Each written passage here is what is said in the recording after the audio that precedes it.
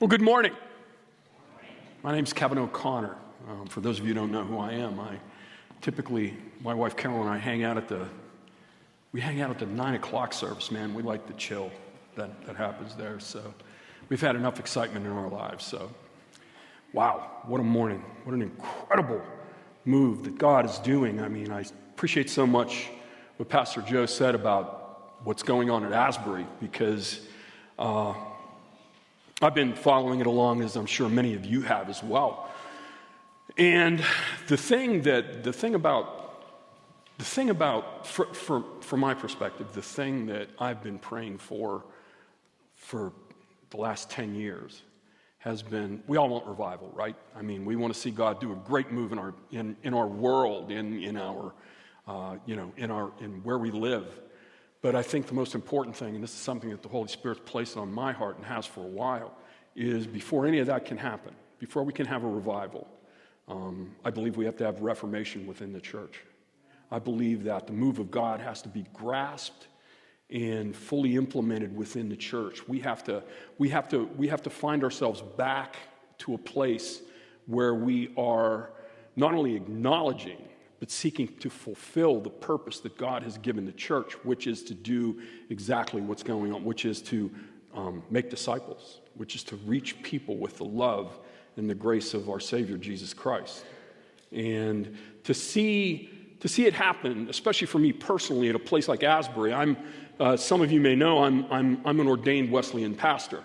And Asbury Seminary, which is right across the street from Asbury College and Asbury University, where all this is happening, has been a standard seminary for guys like me and Methodists as well. And to see, of all places, to see God move in a place like that has just been an incredible thing to see. I mean, it's just been personally fulfilling. I've had several friends of mine that are graduates from there. And they're just so touched by the move that God is doing, and that perhaps a great revival and reformation would begin at a place like that, to me, is just an incredible blessing. So, anyway, good morning again. As I was preparing for this message, I came across a story that I want to share with you. It's about an individual that perhaps many of us know. His name is William Lane Craig. William Lane Craig is one of the great Christian apologists, but he's a philosopher. He's way more than that. He's a philosopher, a scientist, and just a right smart feller, and very articulate. Anyway, the Chronicle of Higher Education did an article about him some years back, and they gave him this moniker of Christian philosophy's boldest apostle. I've heard him referred to as the Happy Crusader. Guys, if you ever hear him talk, he's always got a smile on his face. He's always, always I don't want to say a happy guy, but a joyous guy. The joy of the Lord is about him whenever you hear. And even if you read his books, it's the same way. Well, Craig has traveled the world, and what he's done is he's debated many of the world's most articulate atheists. And one in particular, another guy you may have heard of, you see him on TV a lot. His name is Sam Harris. Not only is he a famous atheist and humanist, he's, once again, a right smart feller himself in his own way. And he said this about Craig. He said, Craig is the one Christian apologist who seems to have put the fear of God into many of my fellow atheists. I find that deliciously ironic, don't you?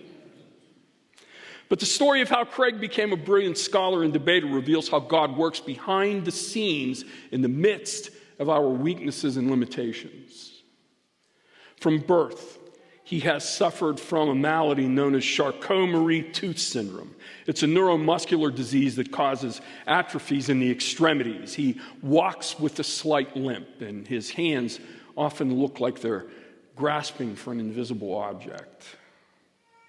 He shares a story growing up, that he couldn't run normally from what happened to him when he was, with this particular disease that he had to deal with. And he says this, he said, my boyhood was difficult. And he pauses and says, children can be very cruel. Well, since varsity sports weren't an option, he joined the high school debate team.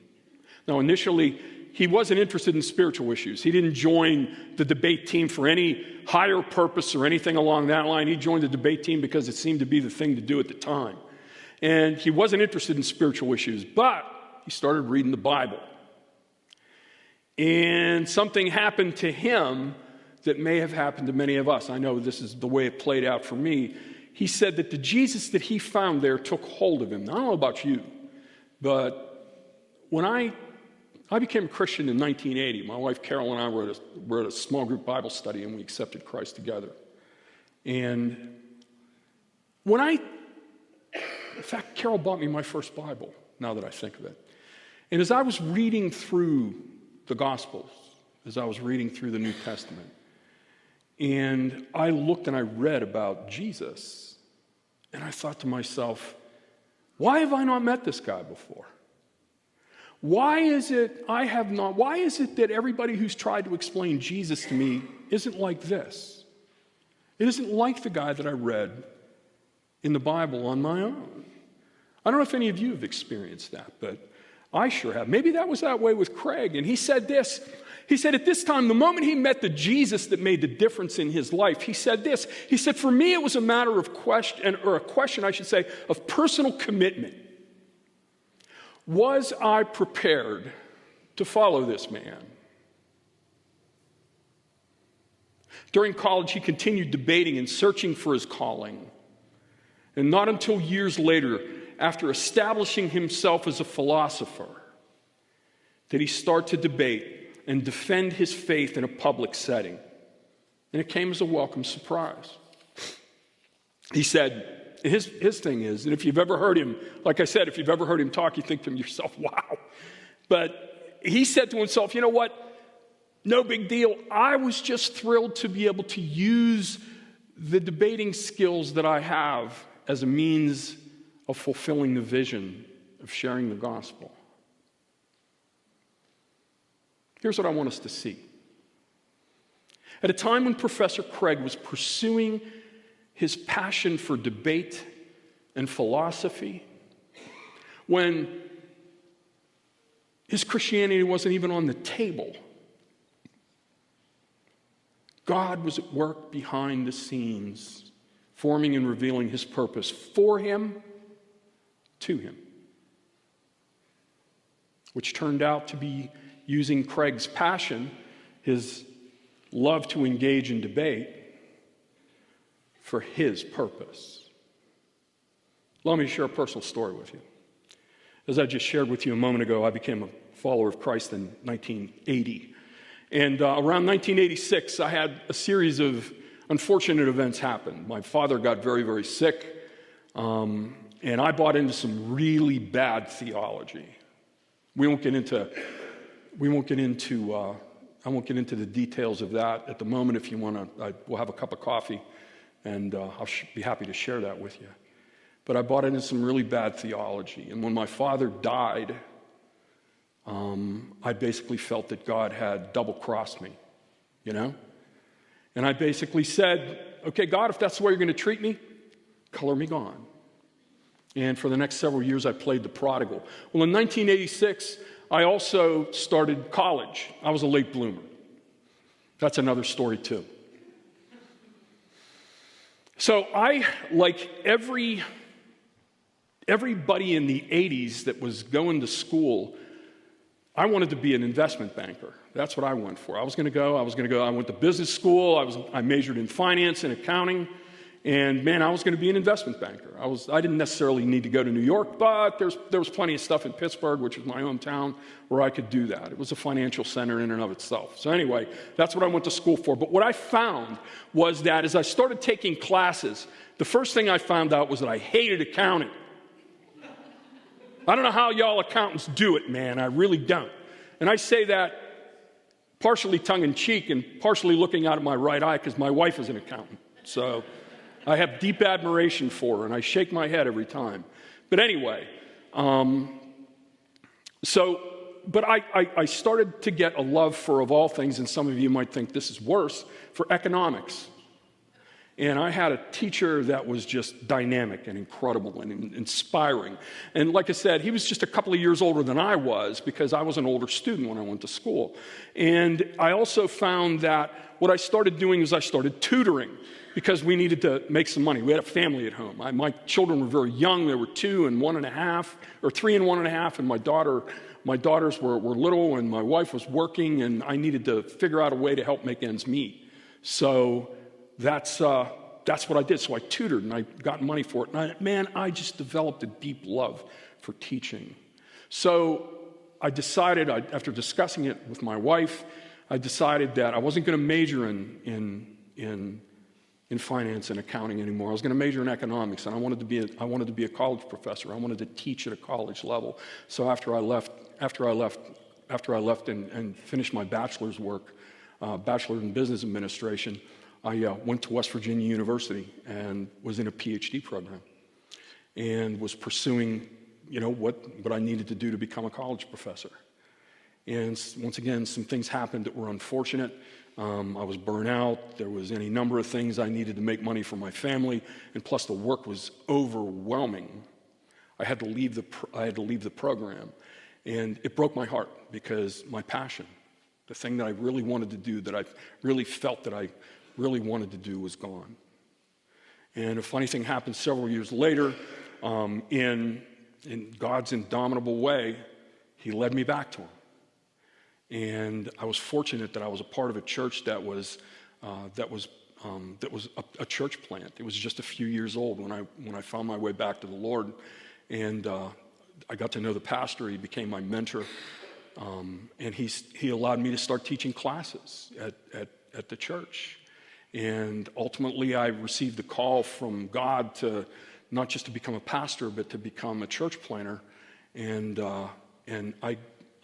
I mean, the fact that I'm standing up here before you is a testament to, God taking my passion and using it for His purpose. At the time I was pursuing my passion for economics, it's funny how this worked.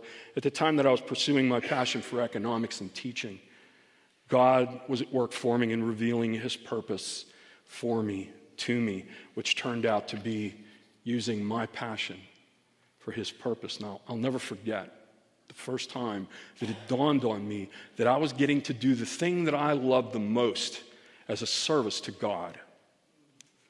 It was one of the most exhilarating and at the same time humbling experiences of my life.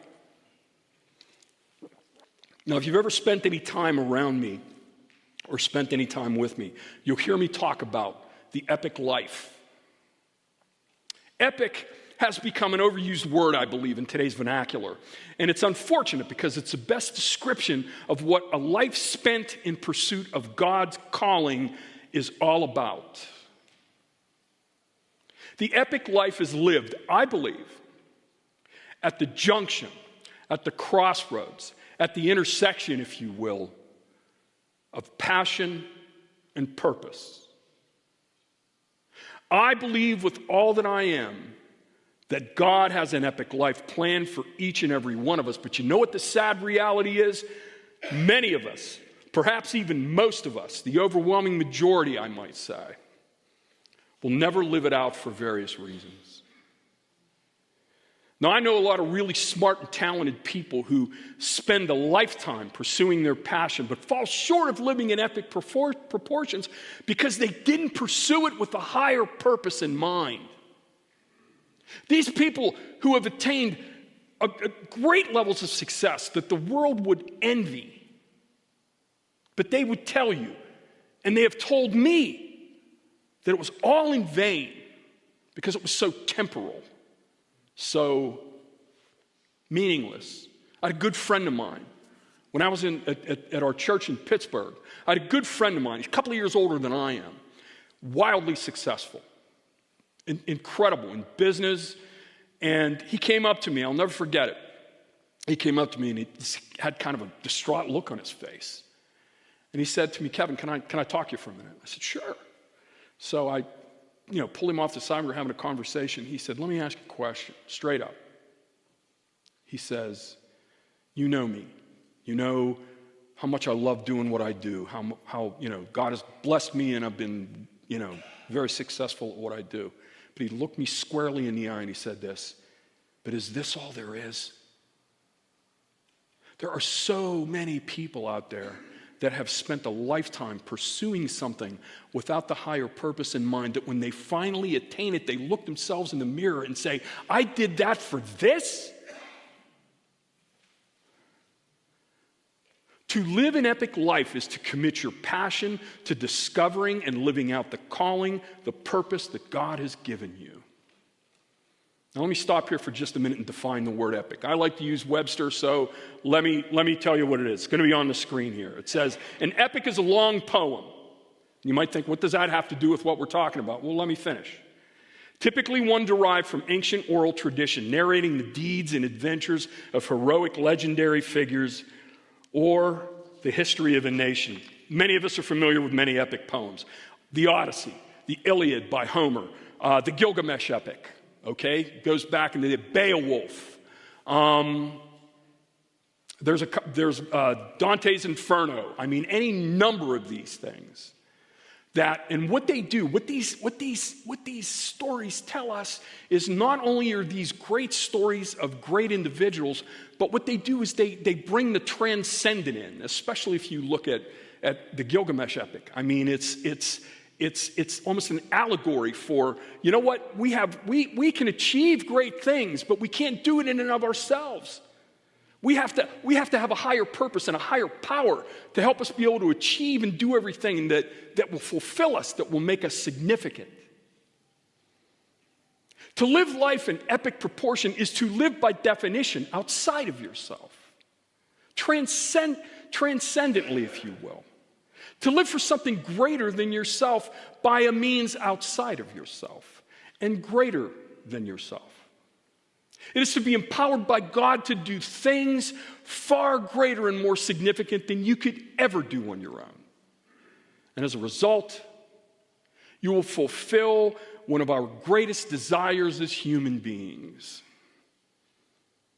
to be significant, to make a difference in the lives of others, and to ultimately be fulfilled.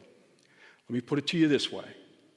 The epic life is all about discovering, pursuing, and ultimately fulfilling God's plan for your life. Pursuing it reveals his plan to fulfill his preferred future both in and through you. The key is to understand the role that his calling on you plays in this process. And that's what we're going to talk about today.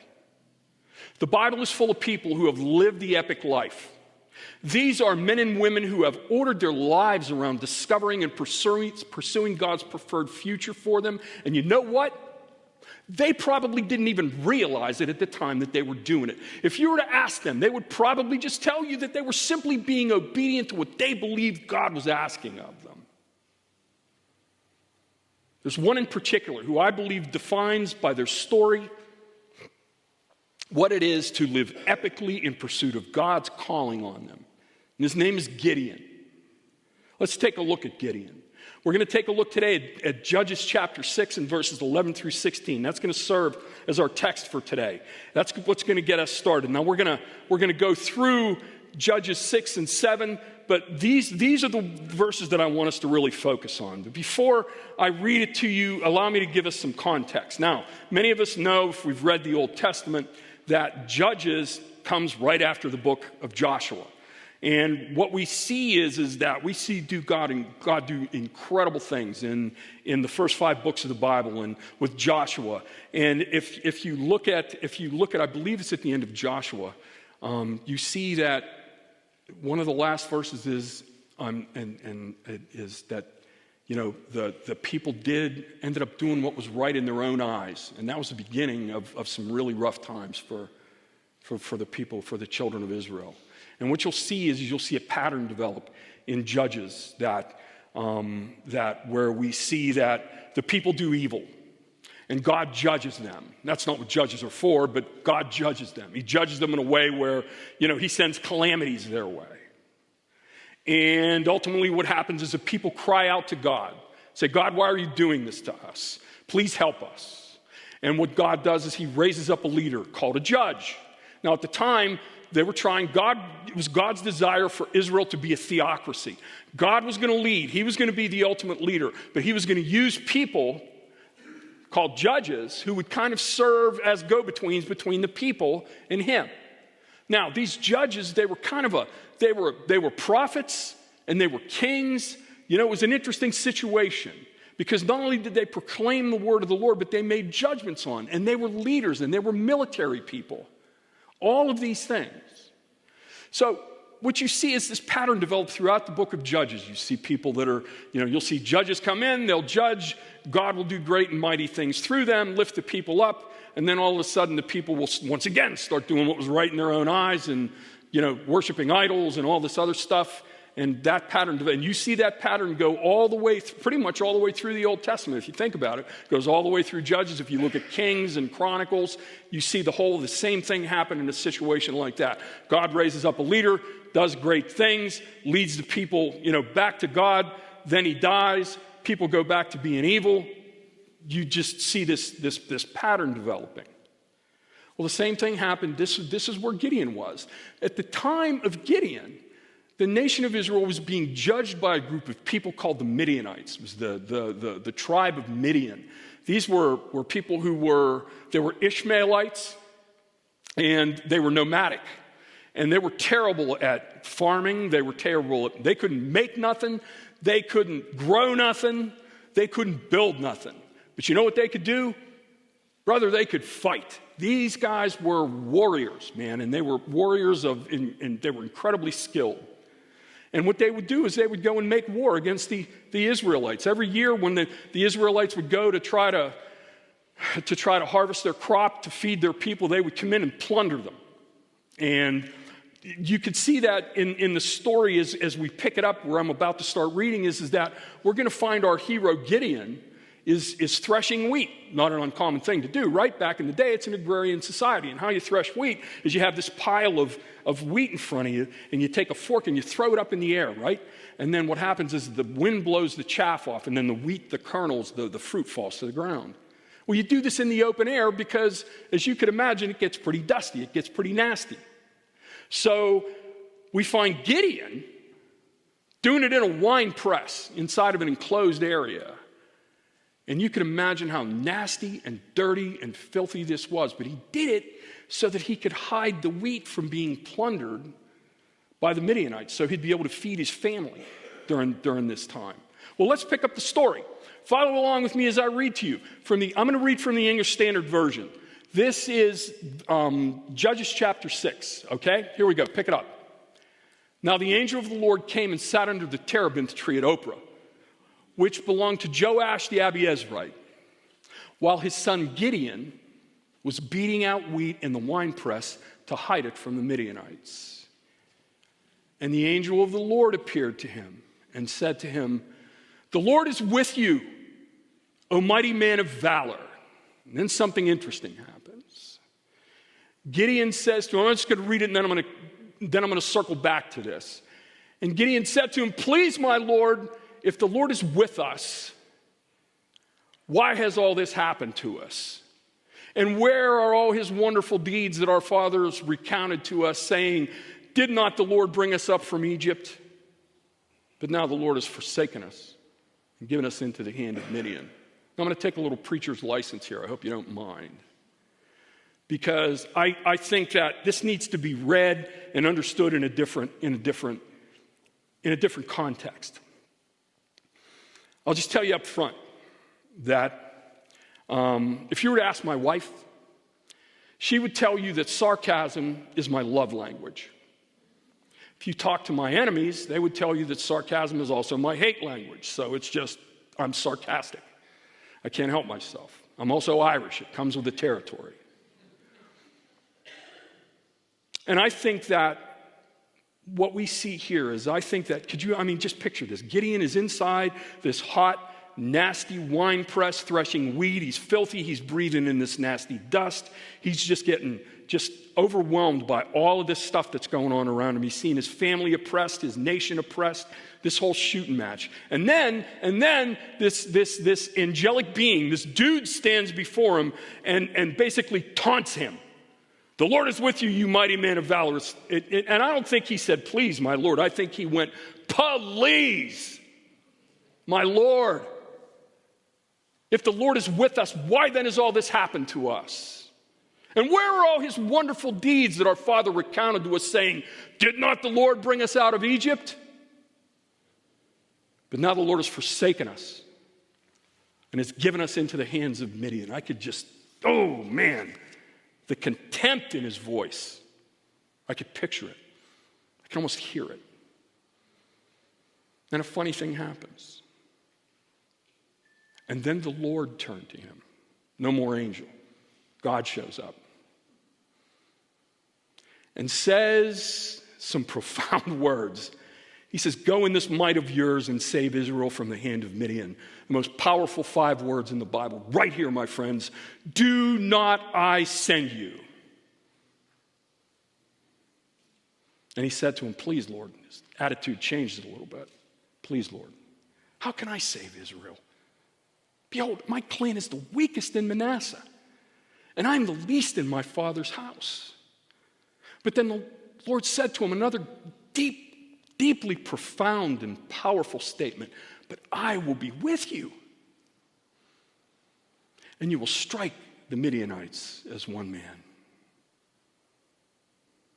So here we have a guy who was, by all accounts, an insignificant man. Now, I don't say that to insult him or to make light of his value as a human being, but as a starting point in the making of a genuine hero, made that way by his willingness to follow the calling that God had for his life. One who lived an epic life in pursuit of the calling that God had for him. Now, the thing I want us to see here is this, and it's important, is that Gideon was just a guy, just a regular human being, just like you and me. He had no particular talents or abilities or that were above or beyond anything or anyone else.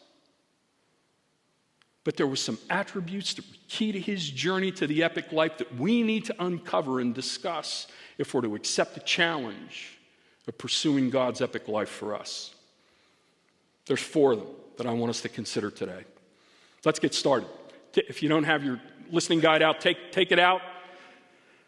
Write this down. Pursuing God's epic requires trust.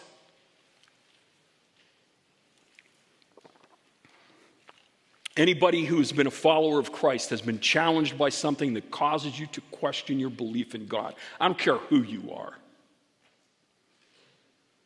Sometimes it's an event,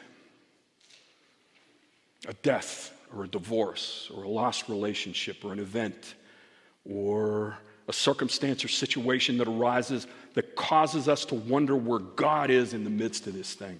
You know, we've all asked this question, God, where are you?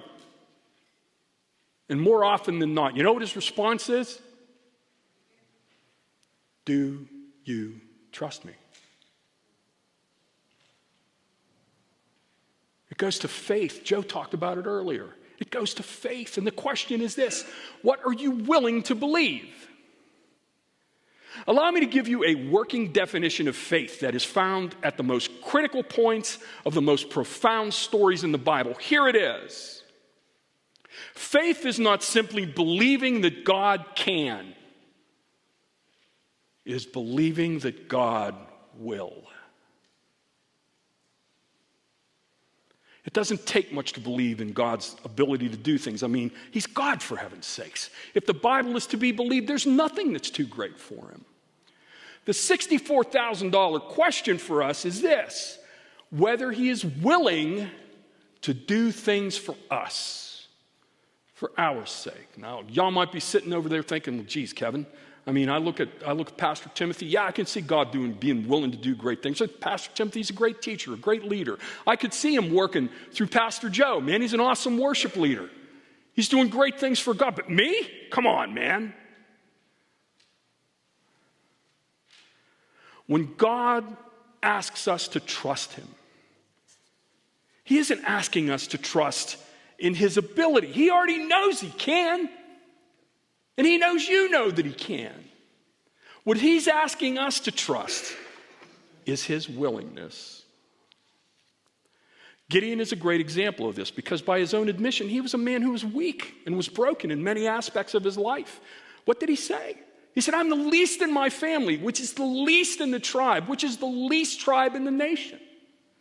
He is the least of the least of the least, and yet God himself stood before him and called him a man of valor, a man of courage, a great leader. Check out verse 16. And the Lord said to him, but I will be with you, and you shall strike the Midianites as one man. You see, God was challenging Gideon. Do you trust in my willingness to make you into the man that I need at this very moment?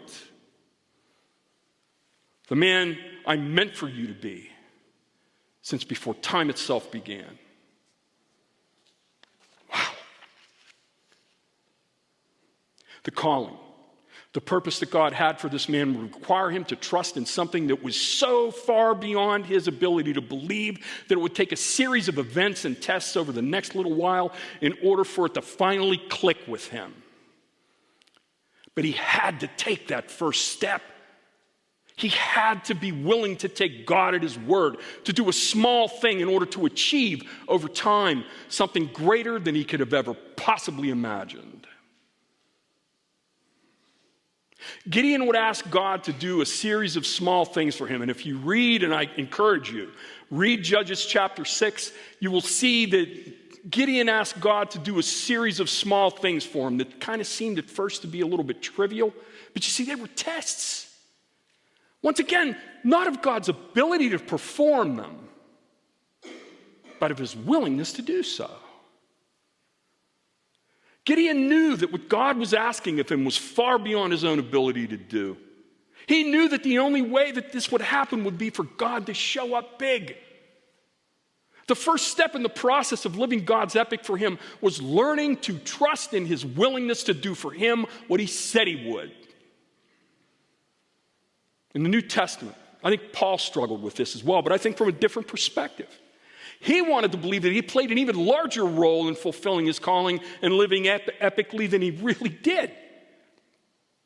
He once begged God to free him from an affliction that he believed was holding him back from achieving even greater things than he was already achieving. And God set him straight. And to Paul's credit, he willingly, even gladly, accepted God's answer. This is a familiar passage from 2 Corinthians 12. Take a listen. He says, but he said to me, this is God speaking to Paul, he said to me, my grace is sufficient for you, for my power is made perfect in weakness. First and most important step in living the epic life, trust. The second is perhaps equally difficult. Write this down. You must learn to be selfless. It's your calling. It's your epic. But you can't fulfill it or achieve it by looking inward. One of the first lessons I had to learn in my journey for living epically was that I was helpless when left to my own devices. God had to show me that he would be my provider in all things, and that he would use others in order to make the necessary provision. Gideon would find this out pretty much from the jump when God gave him his first assignment. You see, God had instructed Gideon, after he went through a series of these tests, God had instructed Gideon to utterly destroy the symbols of idol worship in his village. Idol worship was the curse that Israel was dealing with at the time, as they would constantly. So that sounds simple enough, right? Take down a couple of statues and everything else, no big deal. So, question, why did God instruct him to take a bunch of other guys with him in order to make it happen? Check out chapter 6 and verse 27. He says this, so Gideon took 10 men of his servants and did what the Lord told him. Now I believe, it's because God wanted Gideon to know, first, that it was a work of God and not him that was making all this happen. And second, that it was important for Gideon to know how important it was to bring others along on his epic so that he may eventually help them fulfill theirs. To be a part of the work of God in someone else's life teaches us that it's not about us, that it's about the work of God being completed in others so that God may get the glory. Now, my guess is years later, these guys spoke of a bond that was forged between them in the midst of this work that God had them do together as he was revealing and fulfilling his calling in Gideon. Paul knew of the importance of emptying himself in the pursuit of a higher calling in Philippians 3. Once again, a familiar passage to many of us. Philippians 3 and verse 7, he says, but whatever gain I had, I counted as loss for the sake of Christ. Let's talk about this for just a second. If you go to the previous couple of verses before this, Paul lays out his bona fides, who he is, that he was a Jew among Jews, that he was a Pharisee, that he was one of the learned men of the day, that he was taught by Gamaliel, who was the rabbi that you wanted to be taught by, that he had achieved the pinnacle of Jewish leadership, that he was highly thought of, and when he walked down the street, people knew him and recognized him and honored him. And then he goes on to say, and we know what happened to his life afterwards, that all of that was taken away because he decided to become a follower of Jesus. And what did Paul say? You'd think that, wow, geez, I mean, look at the price I had to pay for this. No. Whatever gain I had, I counted as loss for the sake of Christ. Fulfilling our calling, living epically, requires us to live selflessly. It also means coming to terms with this. Number 3, write this down. Expect resistance. Not everyone's going to be excited about you pursuing the call that God has given you. Not everyone will cheer you as you seek to live epically. In fact, you might be surprised at the people who will not only seem indifferent, but will seek to undermine and sabotage you. People don't like to be reminded that they're broken. And when they see you trying to break out, when they see you trying to achieve God's preferred future for you, they will become angry and envious to the point of seeking your demise. That's another reason why you need to be a part of a community of people who will not only support, but will pray for you and for your success and have your back so as to prevent others from sabotaging you. Consider Gideon. You'd think that his family and friends would be thrilled that he had heard from God and that through Gideon that they would be set free from the terrible oppression with which they were suffering at the hands of Midian. But such was not the case. In fact, far from it. Check this out, Judges 6 and verse 30. Then the men of the town said to Joash, Gideon's dad, bring out your son that he may die, for he has broken down the altar of Baal and cut down the Asherah beside it. They wanted to kill him for trying to set them free. But an interesting thing happened. Gideon's own father stood up for him among his friends and family. He was so moved and so inspired by his son's courage and willingness to follow God that he stood up for him and was willing to face death alongside of him. You begin to see a transformation taking place in the lives of others because one man was willing to trust and believe in God's willingness to use him to help bring redemption to a group of people. Now, I gotta believe that Gideon was deeply moved as well as strengthened by these people's belief in his calling to the point that they were willing to die to protect him. Resistance is something that you must expect if you are to fulfill your calling and live epically. Jesus himself told us that we would face difficulty, sometimes overwhelmingly so. But he also promised that he would walk alongside of us as we face it. Which leads nicely to the next attribute. Number 4, of living epically. Write this down. When facing resistance, we must practice perseverance. You just got to hang in. Perseverance is one of those indispensable attributes of success in any endeavor. The willingness to persevere is a sign of courage and faith. Throughout the Bible, the one thing that sets apart the great men and women of God is the fact that they just won't quit, even in the face of extraordinary difficulty and tribulation. And Gideon was one of them. There's an interesting story that goes behind Gideon coming up with his 300. And it's a little too lengthy to get into today, but once again, I encourage you to read it. It's inspiring. But at the end of the day, there were 10,000 people that showed up that basically was a call to the nation to stand up for the children of Israel. 10,000 showed up. God whittled this down to 300 people. And these weren't 300 of the best people, should I say. These were 300, lack of a better term, misfits. So check this out. Judges chapter 7 and verse 8, he said, so the people took provisions in their hands and their trumpets, and they all set, and he sent all the rest of Israel, every man to his tent.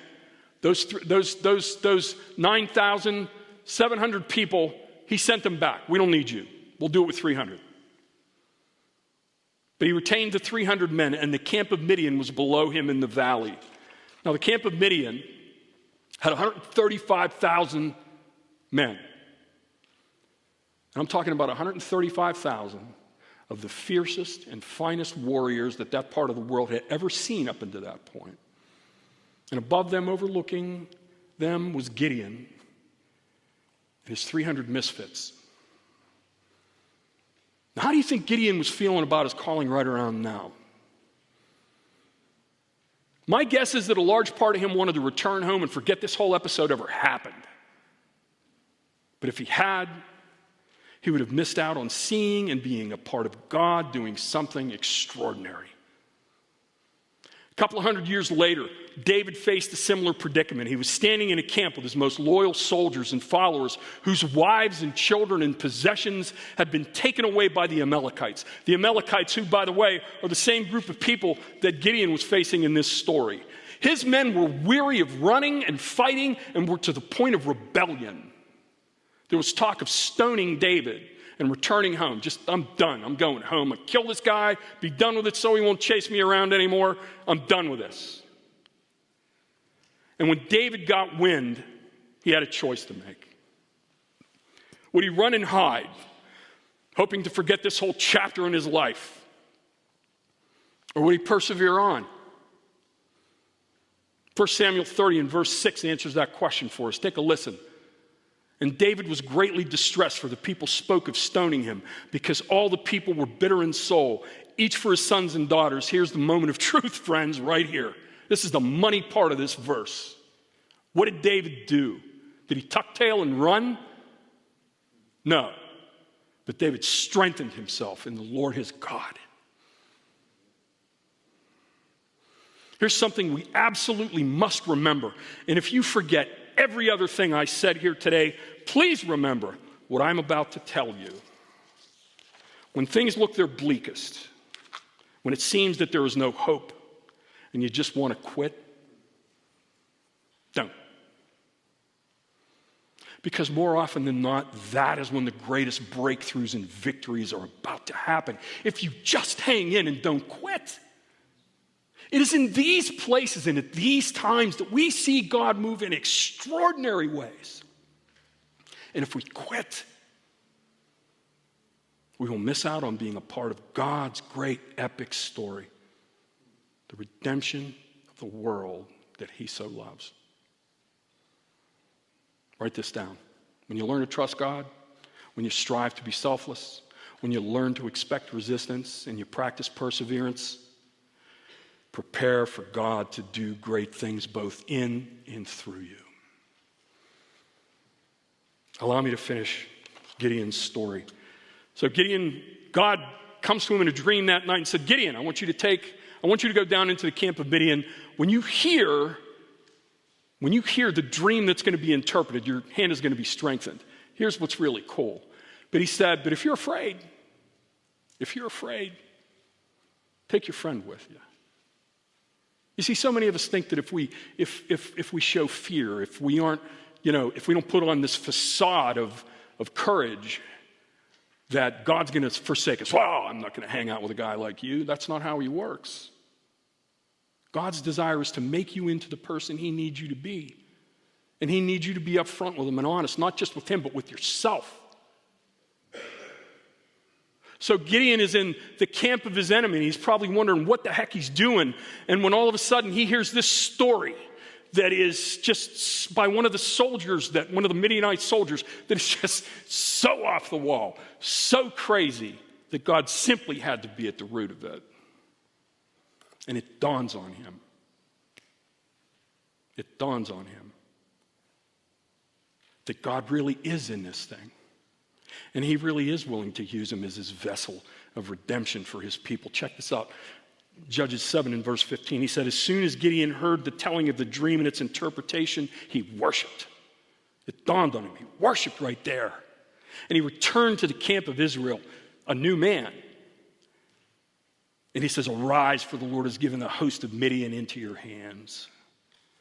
Notice how his attitude changed once he realized that God was not just able, but was willing. By his willingness to follow the calling that God had given him, in spite of all the inherent difficulties, he and a bunch of others got to be a part of God's great plan of saving his people. Gideon and his friends were living the epic life. By learning and experiencing the willingness of God to use ordinary men and women in his extraordinary plan of redemption, these people experienced life that was significant beyond their wildest imagination. I mean, think about it. We're still talking about them 3,000 years later.